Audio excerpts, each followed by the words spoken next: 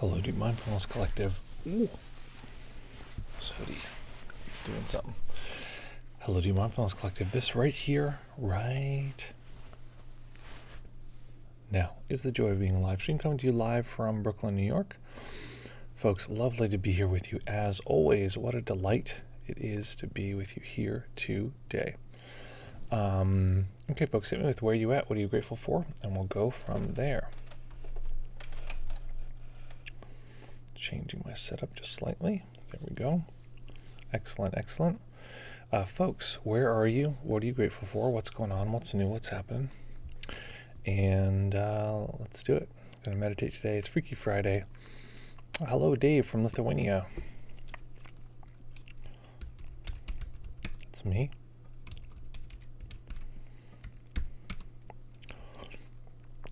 From Brooklyn. What am I grateful for? For my magical dog. What a lovely little animal I got. Really sweet little sucker. It's funny to really learn dog language. I feel like I'm really she's teaching me as much as I'm teaching her. Probably more. Hello, Dave from Lithuania. I'm assuming you're in Lithuania. It's not that you're grateful for Lithuania. Maybe you are grateful for Lithuania. Grateful for my skills. Excellent. I'm also grateful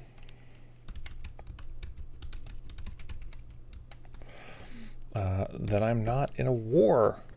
That I'm not in a active European war right now. I'm grateful for that in my personal experience. Let's see. Pittsburgh, grateful for new habits. Veg Noah, welcome.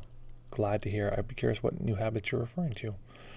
Joanna Wise, good morning from Reno.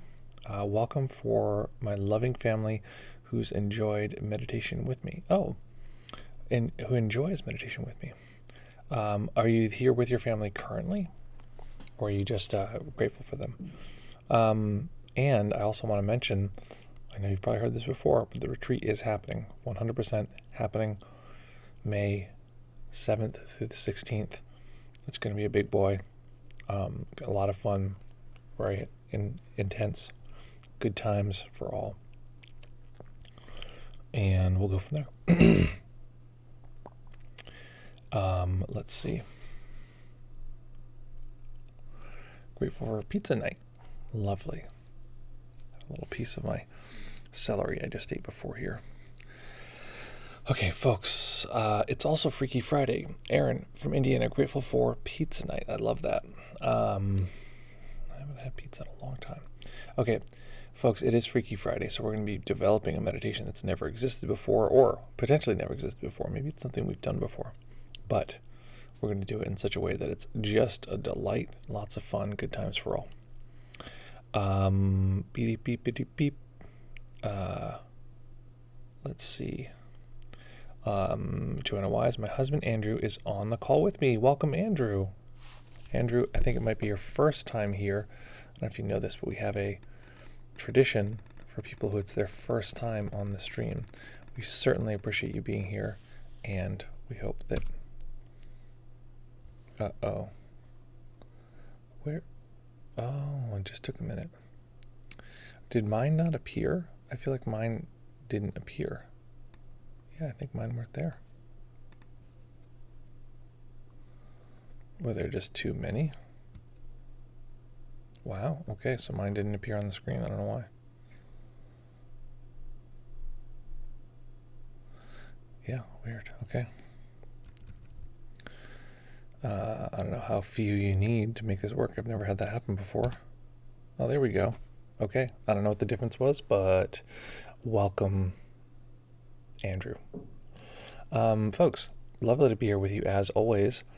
What a delight. It's Freaky Friday, so hit me with anything that you're interested in terms of your practice, your challenges, difficulties, etc. And hopefully we'll have a nice, weird constellation of things, and we'll create a meditation that's never existed before.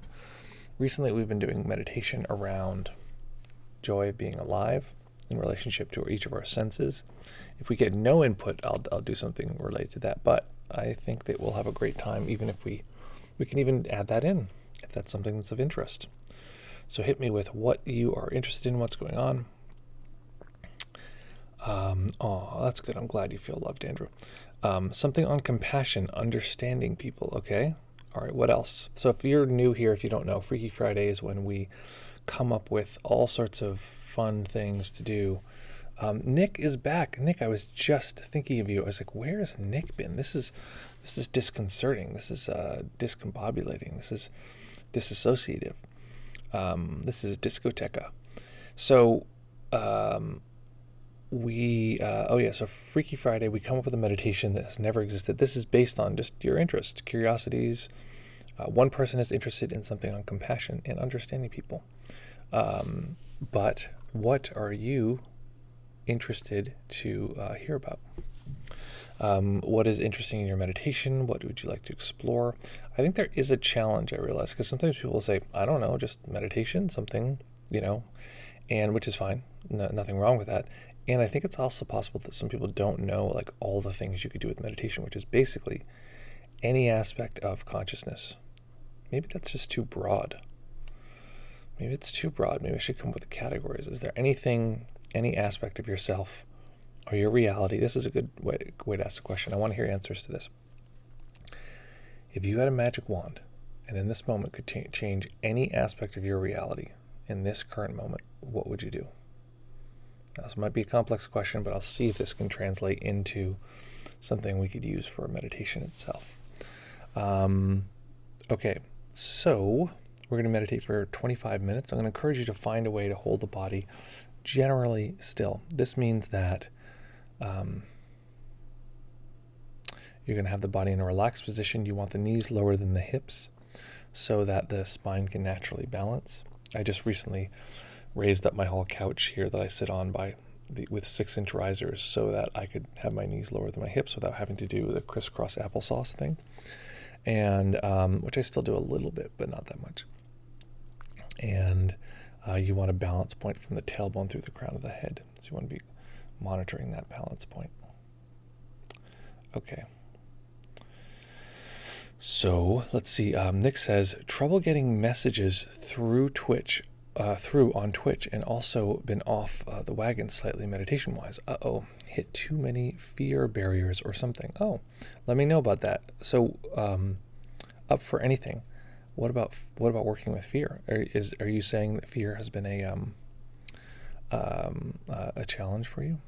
Underlying fear due to PTSD, you're not alone. Senelf says, very grateful to be here. This is here for the Rave 420. That's one of the best internet names I've seen in a long time. I feel like the pinnacle of that name would be if you were like stone cold sober, like you don't use any substances. I feel like that would really send that name into the League of Legends. Okay, so if you were to wave that wand, I'm guessing what you're describing there, Nick and Senelf, was that fear would be under wraps. Okay, well, either way, it's a great name. What else? Okay, so PTSD, I'm hearing fear, etc. Yep, felt destabilized, having too much fear coming up at once. Okay, great. I would change so that I'm not shy. Okay. Oh yeah, CBD. That's true.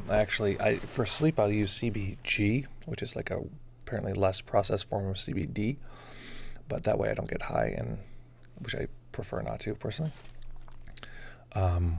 Related to trauma. Okay. Okay. Here's what we're gonna do. I have a thing in my tooth, so forgive me. I want this thing to be gone. I always think it's funny because I don't want to see when people are, picking their teeth. I prefer not. But when they do this, it feels really extreme. It feels like they're gonna pull out their whole jaw or something like that.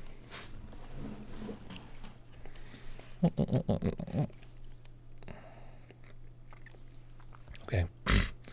So here's what we're gonna do. Excuse me. This is what I get for eating celery with peanut butter just before the stream. Okay, here's what we're going to do. this has been my mantra recently. Overwhelm is a pacing issue. It's not too much. That's not what overwhelm is. It's too much too fast.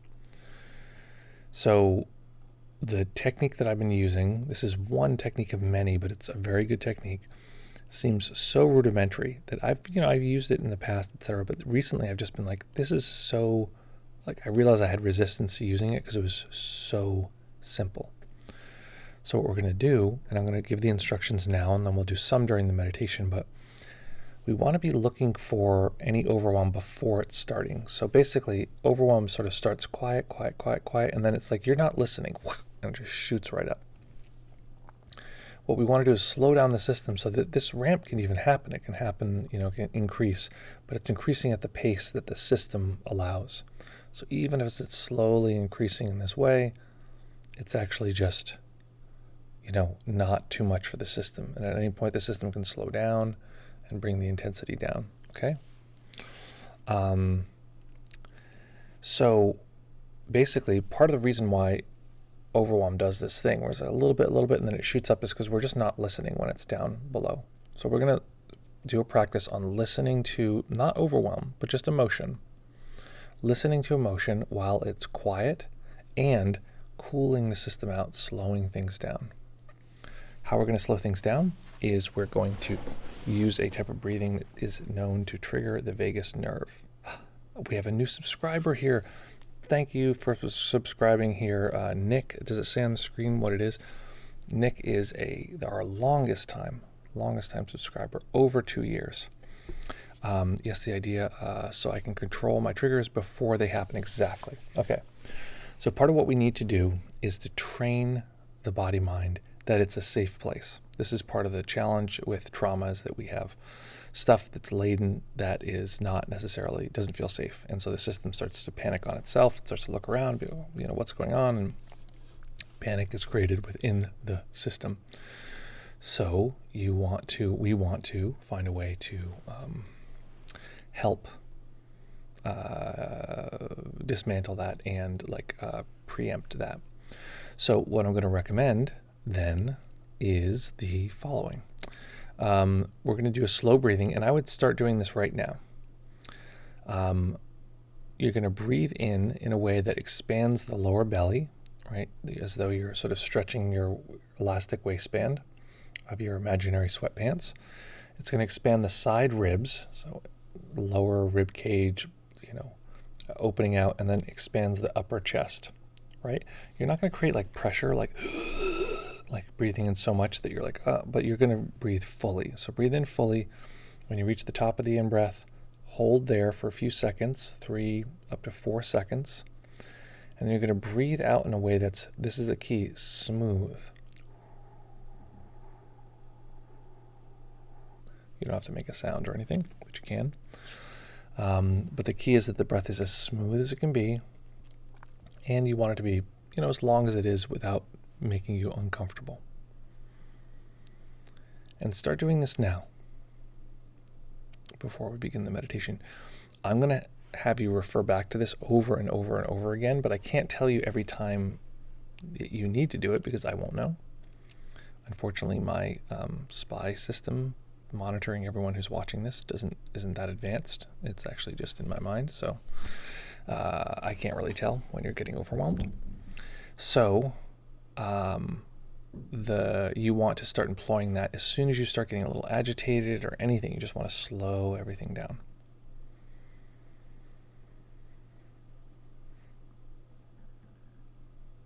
And often when I do this with people, I'll say, okay, let's slow down the breath. Let's slow down everything. Okay, yeah, let's slow down. That's a good idea. Let's do that. Let's slow down.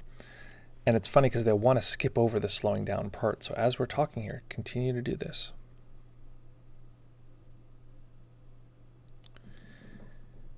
And it takes about a minute to first notice the effects. So it's probably going to take 1 or 2 full breath cycles, or 3.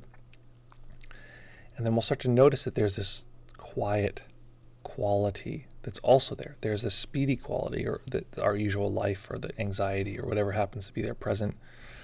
The speed of the conversation we're just having, that's you can feel that in the momentum in the system. That's probably going to be detected as emotion, just the speed of what we're just doing. But you can see the speed of the mind is bouncing around a little bit. And at the same time, there's this quiet experience.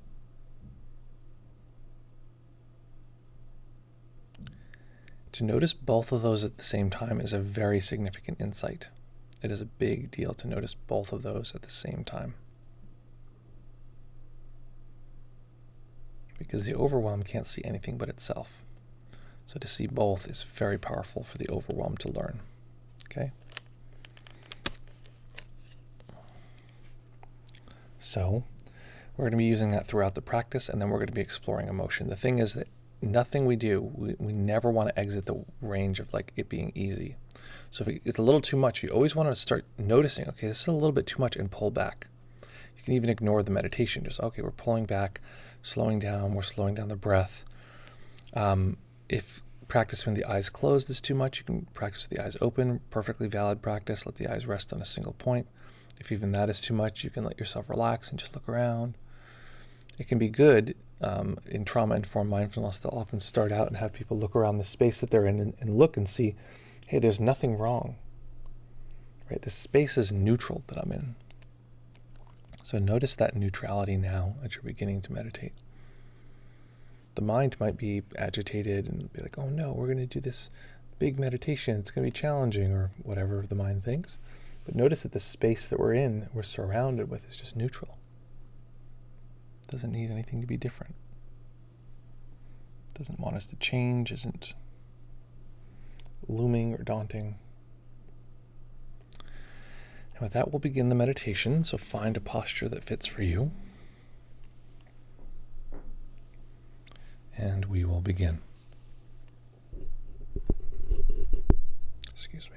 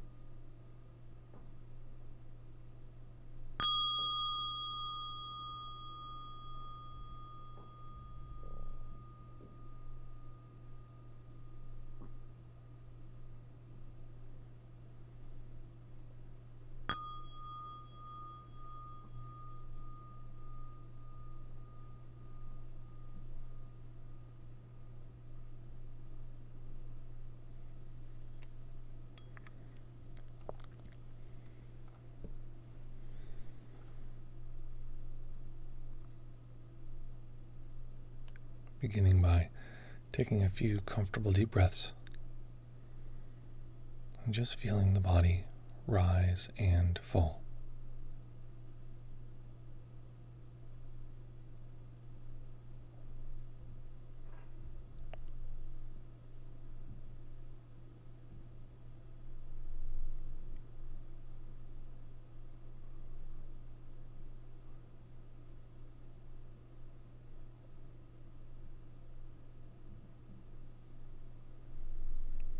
As we begin a meditation, we begin with the momentum of all the previous moments. And of course, we have a hand in shaping and affecting these moments, but we only have that capacity in this particular moment. So in this moment,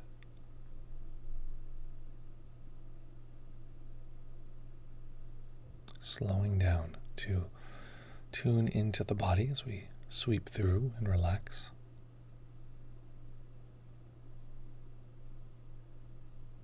So starting at the top of the head, relax the brow and the muscles behind the eyes.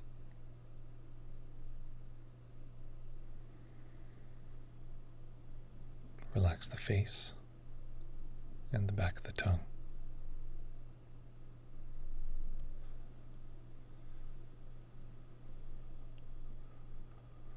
Allow the jaw to go slack, no need to hold it closed.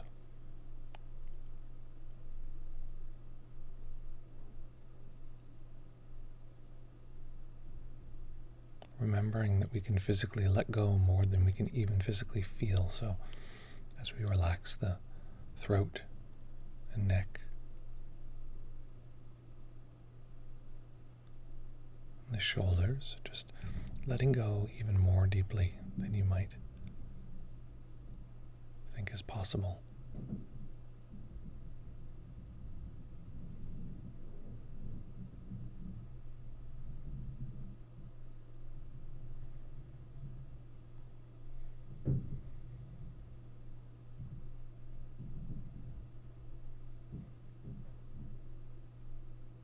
Relaxing the arms and relaxing the hands.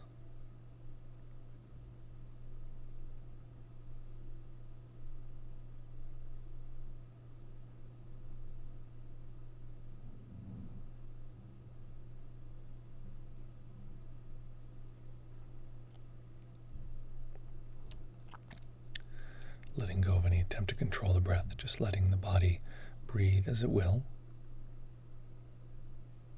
Noticing the natural tightening and relaxing of the upper chest,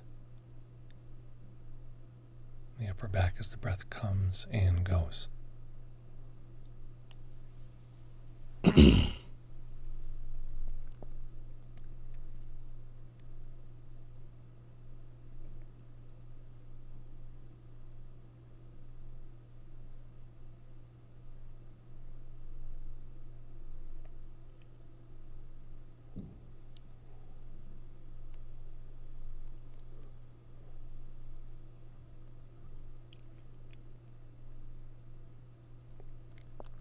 Relaxing the belly and the lower back.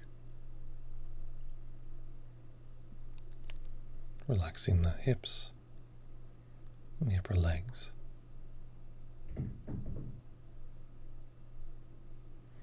Knees and calves. And relaxing the feet.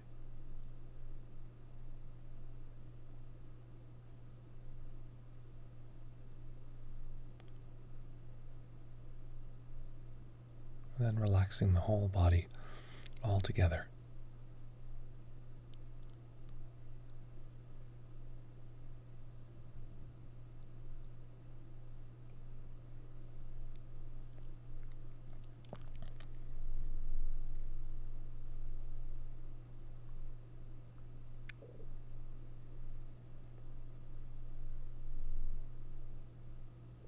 Let's begin by noticing any part of ourselves that wants or needs anything in this moment.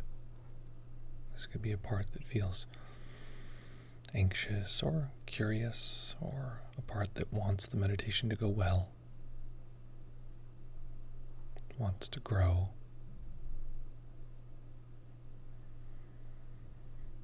wants to shift or discover.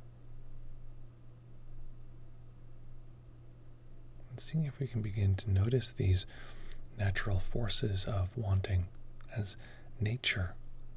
There's nothing wrong with any part of us wanting this world to be different. We're told that we should accept, but part of what we're accepting is that parts of us want things to be different, and that's fine.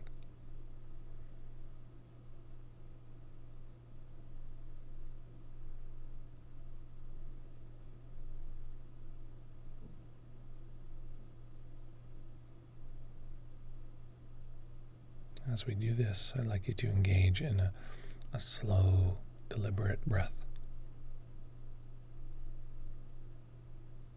Breathing in from the lower belly, expanding to the middle and outer ribs, eventually letting the chest fill, lifting the head and torso as it does. Holding the breath for just a few moments, no more than 3 or 4 seconds, and then breathing out slowly, and especially breathing out smoothly.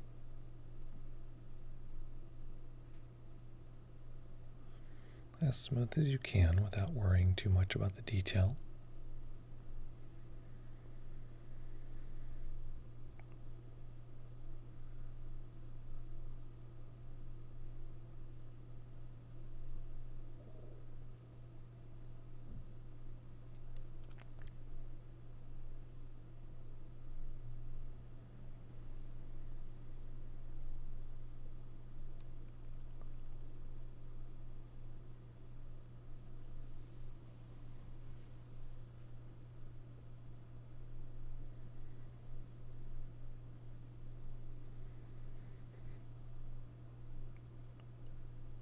takes a few minutes for this breath to calm the system, but noticing that there may be part of our experience that is quiet and still in relationship to this slow, smooth breath. And then there's the general agitation that we experience day to day. And within that will include these parts of us that want things to be different. To see these parts as nature means we don't have to resist them. And to see these parts in the context of this quiet experience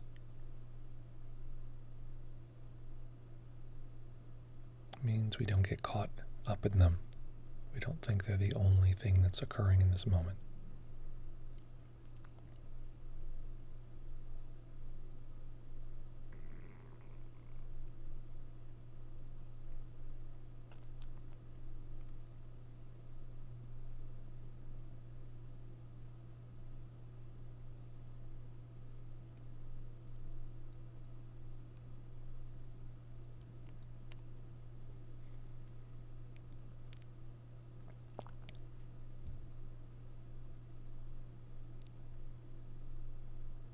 But the priority in this particular meditation is to keep the system calm.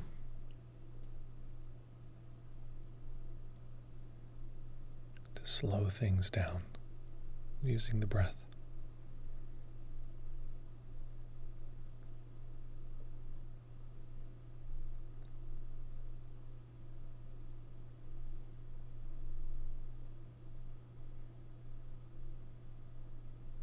Noticing parts of us that may have challenge or difficulty, or simply want this moment to be different. That itself can be agitating, frustrating.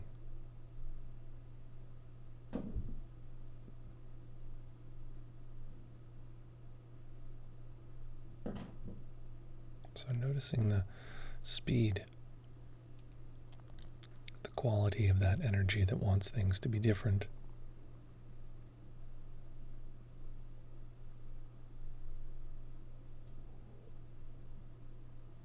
And then the nature of this quiet, calm space. This awareness that doesn't need anything to be different.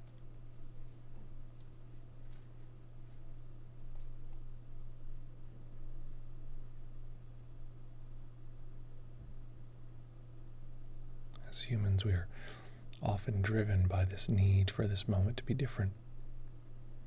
Various drives within us trying to change and affect change. And that's not a problem, that's nature.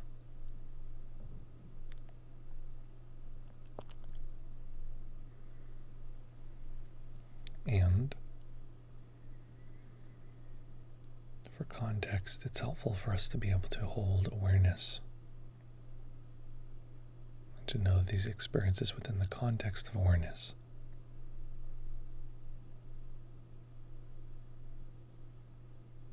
So keeping things nice and slow, let's connect with the whole of our experience, the totality. Just whatever is available in this moment, gathering all of it together.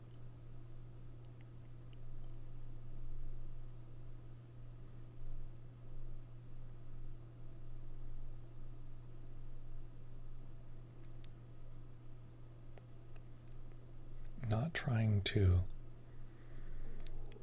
add anything to this moment. Not getting caught in the idea that we need to keep adding and adding. Sometimes when people try to experience the whole, they say, oh, but what about this thing that I remember? And what about that thing that I remember? It's just whatever is apparent at this moment. That's the whole. It can't be improved. Can't be added to.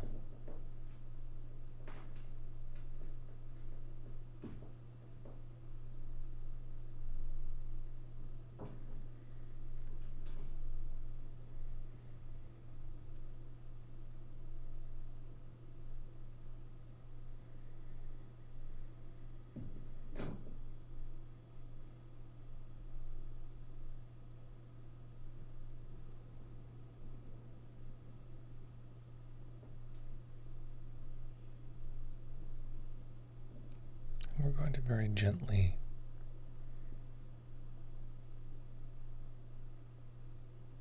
simply toggle between these two experiences, the parts of us that would change this moment if they could,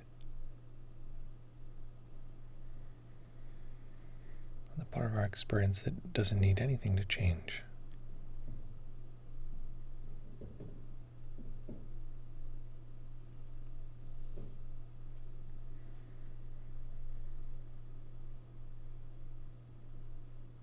And of course, in this case, we're practicing in stillness, but I want you to make an exception. If as we're doing this process, you notice that a part of the body or a big section of the body has a kind of buildup of emotional energy, rather than assuming that we should be able to hold and manage all that emotion, I'd like you to take a moment to slowly, or at the least very consciously, physically move the body to allow this sensation to be metabolized, to move along.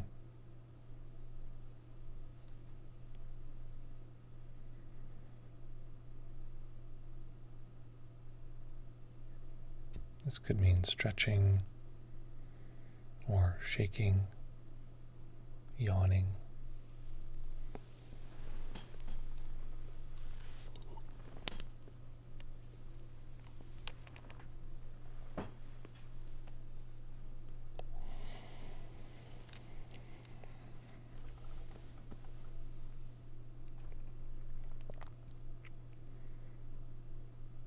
And then finding our way back to relative stillness once more, and continuing the process. Anytime we need to make that adjustment, feeling free, just making sure it's conscious. We don't want to introduce a lot of unconscious movement or adjusting, so we can do any adjustments we need and should listen to these needs for adjustment.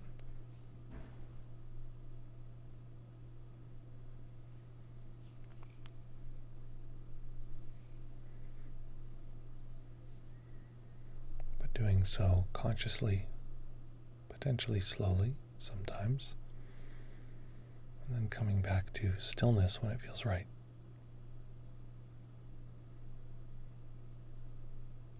However, if we find that continuous movement is actually supportive of our continuous concentration, feeling free to engage in that.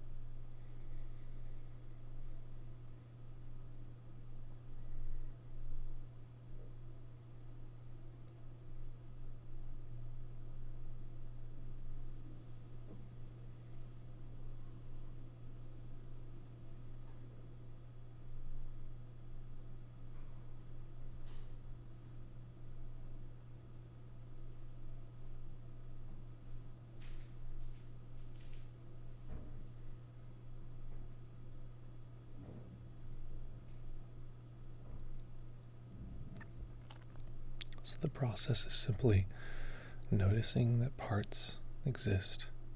Parts have drives, have wants.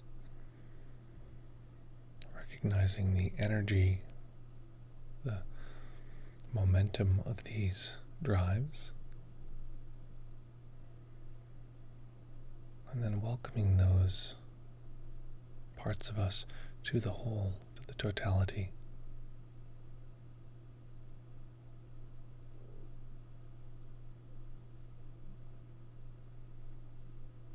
not needing those parts to change. And if we do need those parts to change, that's just another part that needs this to change. So welcoming that part as well.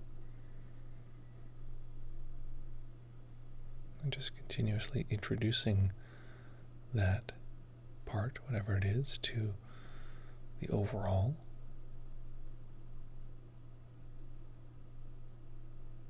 And recognizing this overall experience doesn't need anything to be different.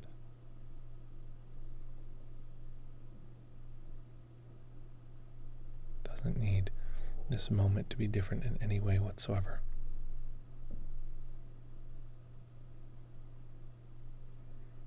And that's a very kind and thoughtful way of relating to us, to any part of us. This awareness is just open, welcoming, in this way very gentle and nurturing.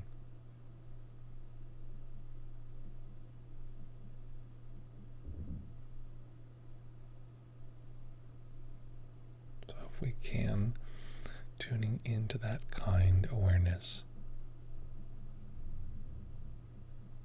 letting each of these parts be held within that space.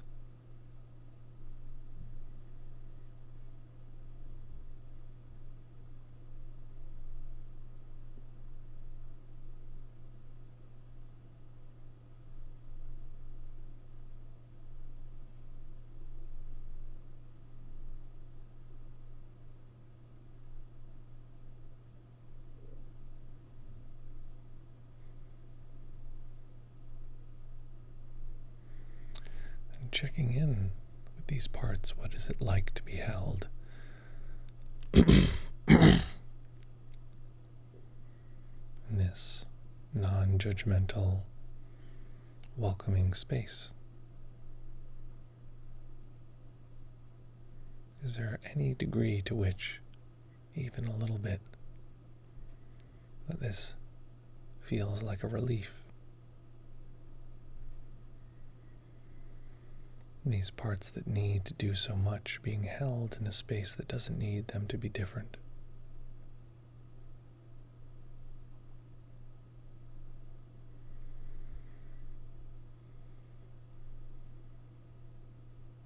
If there's any sense that we ourselves need this to be different, need the practice to go better, need something to change, just know that what's happened is we've become identified or blended with that part, and recognize that as simply part of your experience.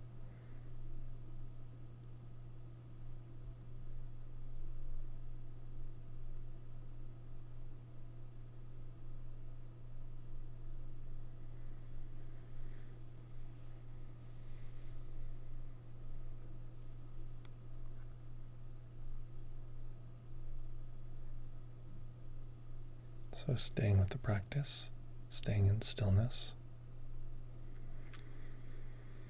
If the eyes are closed, allowing a tiny bit of light to enter the eyes.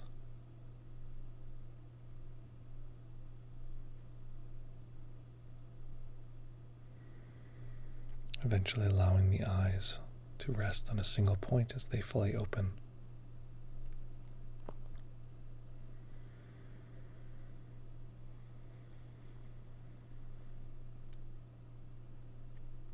Letting the spaciousness of seeing expand the spaciousness of awareness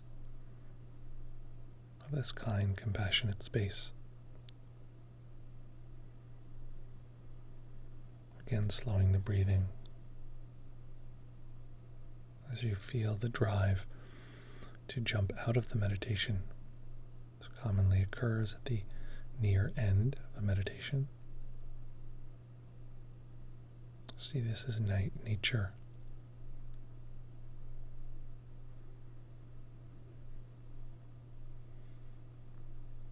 Allow it to meet this kind, spacious awareness. And in this way, letting this particular moment be the great teacher.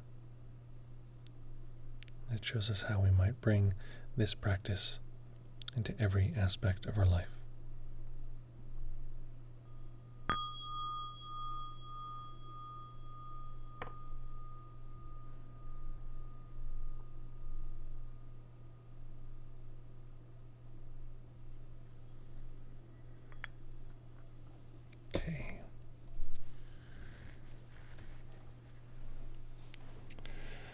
yourself to stretch.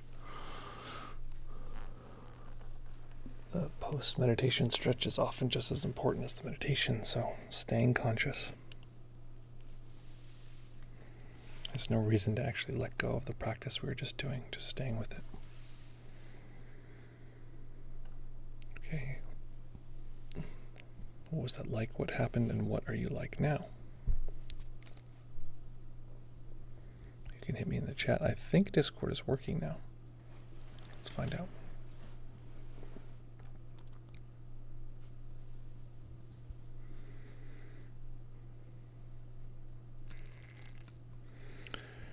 So if you want to jump in the Discord is this. We can use voices and chat, like human robots. Jump in here.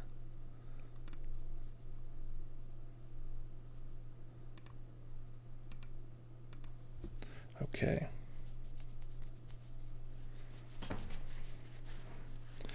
What happened? What was that like? And what do you like now? And if you want to jump, if someone wants to jump on the Discord, we can do a little audio test. Otherwise, we'll just listen to your reports via chit chat. Chat-a-tat-tat. Okay, I'm going to play some audio. I want to see if you guys can hear this, okay? Pretty sure you can, but...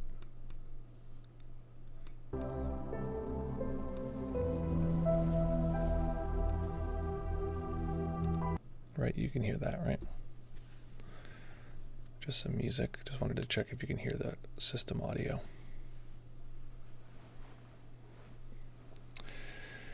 So hit me with what happened, what that was like, and what you are like now.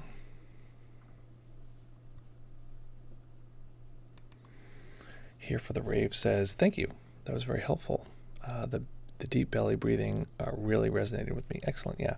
Again, we're teaching our nervous system that we can slow down and that it's up to us. Like we get revved up and it's like, but I'm the one who's here to actually slow the system down. Slow down, slow down, slow down. Welcome, Nate. Good to see you. All right, folks, hit me with I was going to say, where are you at and what are you grateful for? Hit me with reports. What happened, what you're like now. What happened, what it was like, and what you're like now. And then we'll go from there. Cool.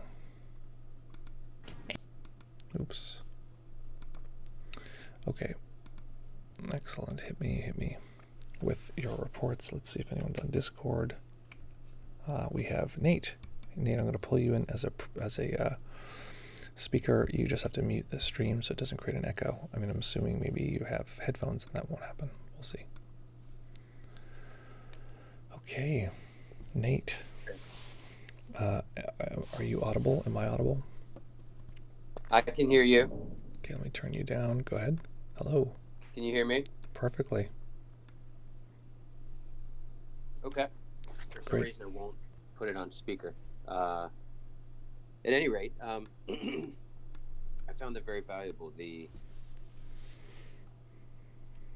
Having an object like the longer breaths that is kind of a physical sensation, when the agitation and anxiety and fear and whatever other words I want to use for the things going on in my head, planning,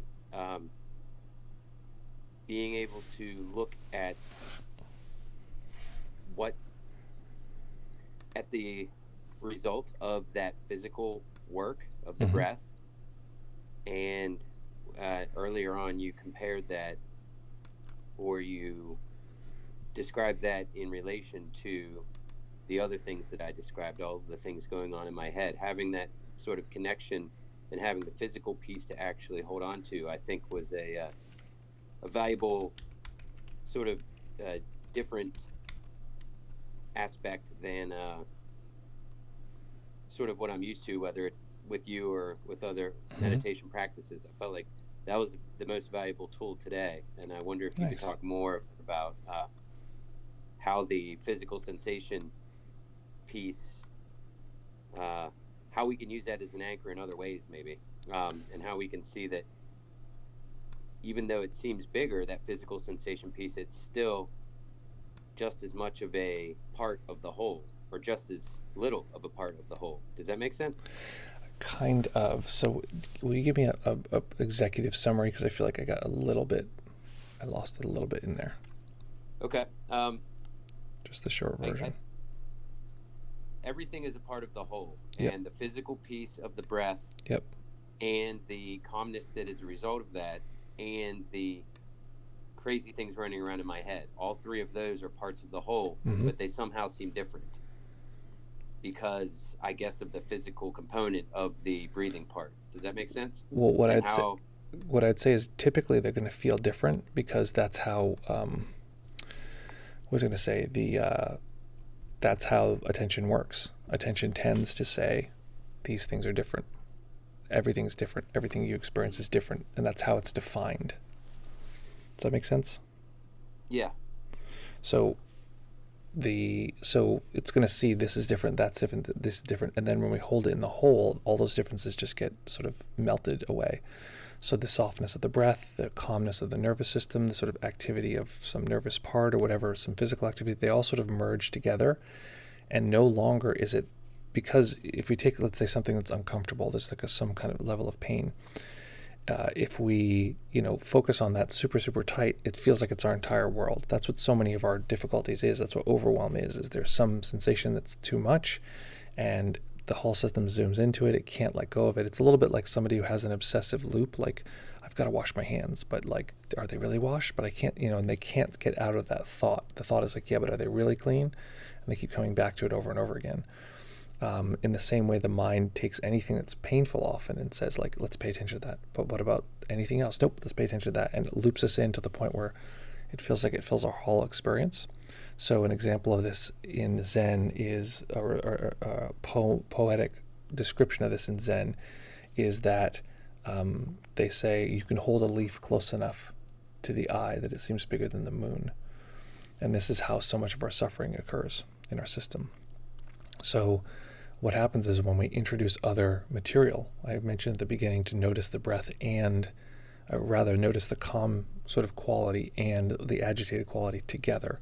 That's really powerful because that agitated quality is typically all we notice. I just feel like this. You can't even tell. We don't even notice it. We just feel like everything in the world is agitated. So to move back from that is a very powerful perspective, is just to look at it from a wider perspective, and immediately our entire consciousness kind of shifts around that. And in practice, in meditation practice, I am capable of that zooming out, especially when you kind of set the stage like you did today. Mm-hmm. But in life, and I even have a hard time in practice because today, like, I just get so distracted that I want to see what the news says, even though it says the exact same thing it did 45 seconds ago. Yep. And we're all using some type of tool that also has the internet on it to meet with you. So Mm-hmm. I have the answer right there. And it just in life, and I know I'm not the only one, that dopamine pool of getting the Mm-hmm. most up-to-date quote Sure. unquote news, especially today, it's almost unstoppable, and it's such a distraction, not only in meditation, but in while I'm trying to do my job, or while I'm trying to focus with my kids, or while Mm-hmm. I'm trying to Yep. be not be an idiot around my wife, while I'm trying to plan, I don't know, taxes or Mm-hmm. 401ks, and I just get so distracted. And running helps, which is one of those psychosomatic, I guess, things, a lot like the deep breathing you talked about. Mm-hmm. But man, I obviously I'm preaching to the choir here, but I just, even with today's practice, I'd love to have a very identical one of these with you, one a meditation just like this one, because it was one of the bigger helps in a while in uh, tactically zooming out. Yeah. Practice tactically zooming out, I guess, is what I'm trying to say. Great. Thank you. And the good news is, I mean, you know this already, but the recording is on our second YouTube channel. I'll put the link in the chat. Great. And so you can always go back to it, but also the principles stand. And generally, youtube.com/deep mindfulness 2. Generally, the principle is that if we practice this as much as we can in a controlled environment, when it gets, and then practice it in like slightly more and more difficult places, it just becomes easier and easier. I feel like I'm learning or reinforcing so much about meditation through training my puppy, because it's incredible how much it's like, oh, it's the same thing. Where with my puppy, I can get her to, walk. Loose leash walking is like a very big thing, especially in New York. You can't have the dog like yanking and pulling and running around. So I can get her to loose leash walk in the hallway just fine. But as soon as we like step out into the street with the sounds and things, she just can't do it. So I realized, okay, whose fault is that? Is that hers for being a bad dog, or it's mine for not slowly, incrementally building up the challenge a little bit more, a little bit more, a little bit more? So Yeah, 0 to 100. Yeah. exactly. So yeah, of course it's hard to do it when you're talking to your wife or when you're doing these things, but not whose fault is it, but just to remember the training has to be to some degree incremental. We want to build the pieces along the way and not blame ourselves. Like, what's wrong with me because I can't lift all the weight on the barbell, on day one, versus just like, okay, you have to build up to that in this way. Great. Yeah. Awesome. Thanks. Yeah, thank you. Thanks for jumping on. All right. Bye-bye. Okay. Move to audience. Okay, I'm trying this new thing here where I am putting in the Discord when someone's chatting. I don't know if that'll be fun or what. Maybe I'll just make it a little thing in the corner. But let's hear what people had to say here. We got some comments, questions, quandaries, queries, challenges, and concerns. Where is this screen? Oh, it's right here. I didn't even see that. Okay, let's see what people are saying. What are the people saying? That's what I want to know.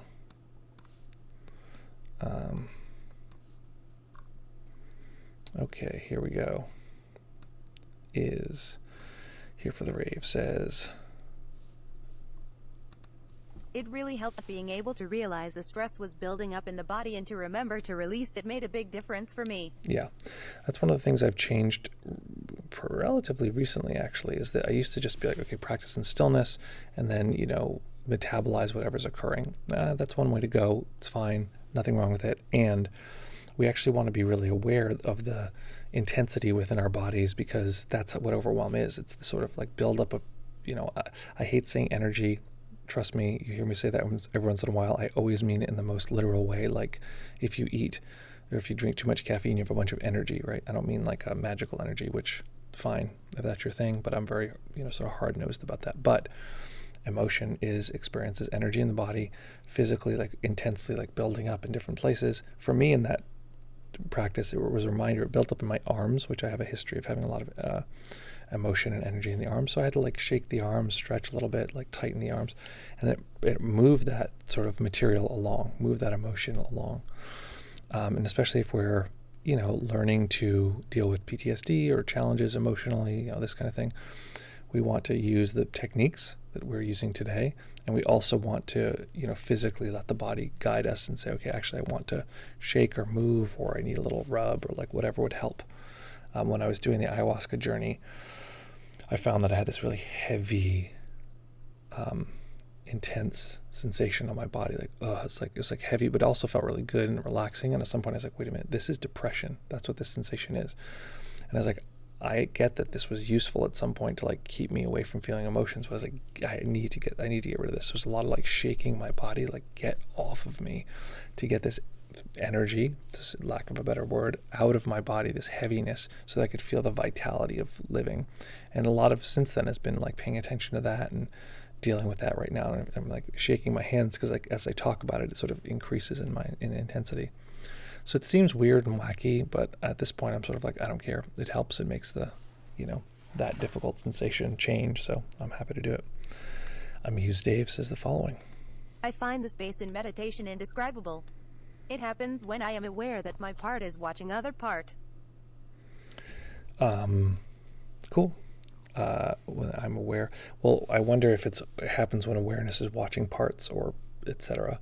And also, it's, of course, our deeper experiences are ineffable or undescribable, largely because if we really go deep, we're entering territory that is pre-linguistic. It's our mental structure is built out of language, built out of concepts. And so as we sort of pierce the veil of concepts, we get to this place that's just sort of phenomenological, just sensation pushing and pulling. And so it's going to tend to be ineffable in that way. And different traditions have different ways of describing that. And Zen actually is known for describing things in ways that are very confusing. But what they're doing is they're describing the level below concepts that's more experiential, that the conceptual mind can't understand. And so they're trying to, in a sense, push you through that veil of concepts into that undescribable realm by describing it in this sort of like very strange, poetic way. If anyone wants to pull up like a Zen poem, pop it in the chat and we'll read it. They're often very beautiful. Nick says the following. Simply prolonging the out-breath mainly is surprisingly helpful. Felt like it helps lessen reactions to any intense stuff coming up, increasing ability to hold things in awareness without pushing, contracting, or getting close to overwhelm. Yeah, so what's happening here as we slow the out-breath, we're triggering the parasympathetic nervous system, which is, there's, in a way, you could think of there's two nervous systems, one that gets more agitated and one that gets less agitated. This is wildly simplified, but we're just going to go with this for now. One that like amps the body systems up and one that cools the body systems out. When we're stressed and anxiety is rising, we're in the sympathetic nervous system. When we can cool that out, we trigger the parasympathetic nervous system. And this is, as far as I understand, this type of breathing is triggering the vagus nerve. The vagus nerve is tipping us over into the parasympathetic nervous system. If that is wrong, I need to correct myself, but I'm pretty sure that's the case. And so being able to detect that nervous system, being able to detect when we're in that state, that more sort of subdued state, is very powerful for the system to bring that into consciousness, because we usually don't know. We're like, sometimes we're there, sometimes we're not, it doesn't matter. But if we bring it into consciousness, we can start to build that into the fiber of our experience. And I think one of the biggest lessons for me is that we are the ones responsible for cooling out the system. So if we start to get overwhelmed, it's up to us to say, okay, well, I'm the one who's managing this body, so I'm going to cool this out. And it can be very confusing because it can feel like, well, I'm overwhelmed. How could I possibly do that? It's to do this 100 times, 1,000 times, 100,000 times in our practice, to the point where we can know, oh, right, there is this cooled out space. Let's see if I can move there with the breathing, with a variety of other practices that tend to trigger the parasympathetic nervous system or the vagus nerve. Here for the Rave says, so much help here. So grateful to be here. Well, I'm just delighted that you're here. Generally delighted. Nick also says, Doing it for several minutes and not concluding that it doesn't make a difference after 26 like a millennial. I missed it. Doing it for several minutes, which is good. Remember, you're not going to even begin to detect any change for at least a minute. And usually it's about 2 minutes to notice anything. And then you're going to notice that there's a sort of split. There's the anxious sensation, and then there's this calm sensation that's sort of underriding that. And you want to start to rely on and treat the calm sensation as a kind of home in that way. So doing it for several minutes and not concluding that it doesn't make a difference. Oh, I see, after 20 seconds. Yeah, so it's not just a millennial. I think everyone is like, oh, I remember hearing this, and I remember sort of, once I heard it, I thought this too, was somebody said, it seemed more extreme than my thought, but I heard someone say, I've tried meditation. I did like a 10-minute meditation, and it didn't work. And I was like, well, it's a numbers game. You are fighting against, what was I going to say? You're fighting against decades of, practice here. So let's be clear that, it's a numbers game. So yeah, people often give up after a couple seconds. Here for the Rave says, I have a serious interest in ayahuasca. Okay, I'm excited to ask you more about that. Well, my video on my ayahuasca journey is hopefully coming out any day, as soon as I finish editing it. That is the case. Also here for the Rave says, Just knowing that info, the two different nervous systems, is so helpful. That's something I can focus on activating. Wow, thank you. Absolutely. And also, P.S., one of the biggest tools, and this is part of why I become really interested in this, what we did today as far as the breathing, is because it was one of the primary tools I used in the ayahuasca experience, and it was so vivid how much I was like slowing down the nervous system. And I've known this for years. I'm a meditation teacher, for Christ's sake. And seeing that really, really vividly, things would get really intense. And I'd be like, okay, let's slow it down. And it was like the intensity would just evaporate. And I was still in the, it's still in the depth, but the intensity would go down. So that's my personal experience with that. Okay, we have no one in Discord. Okay, folks, I should hit the eject button. It is noon and where I am. Folks, been lovely to be here with you as always. Folks, we're going to be back here in fewer than 72 hours. If you have not hit the follow button, do that. If you are not a subscriber, it's right there in the chat. If you have Amazon Prime, you can subscribe for free, for nothing, and it supports the channel. So go right ahead and do that if you're willing to. And let's see. Okay, where are we here? Beep, it just deleted the whole chat. Okay, that's cool. And yeah, good times for all. We're going to be back here on Monday with more antics and fun for everyone. Folks, oh, here we go. Aaron B says the following. I wanted to mention a book Janusz recommends called No Bad Parts for all of those working with trauma. Yeah. It's been really helpful for me. I couldn't recommend that book enough. Thank you so much for that. That's a really, really, really important text. It came out actually last year. Really powerful. And then if you finish that one, the next one I recommend is The Body Keeps the Score. But those are really good books for, not just for trauma, kind of for anyone, like anyone who has to exist in reality and have to navigate that. It's almost like it's like a stealth philosophy book about like what is the nature of existing, but it's more on the practical side. Like, what do I do? How do I live a life that is fulfilled and I'm not like overwhelmed all the time and free? And basically the general premise is in IFS, internal family systems therapy, most of our difficulties are actually caused by different drives within us. We're looking at these different drives conflicting. So one drive is like, I want to take over the world and be ambitious and do some cool thing. And the other part's like, I just want to take a nap. And those two together creates a sense of shame, perhaps, or guilt, or like something's wrong with me, etc. So it's a lot of our challenges that we think are just sort of us innately are actually just different drives within us conflicting. And so part of what IFS is to look at these parts as what they are. They're just parts of us. And today we did a practice where we look at, okay, these are just parts of me. I do not need to buy into those as my whole reality. They're just different drives. And by introducing those to something that, with a larger context, we escape the gravitational pull of any one of those.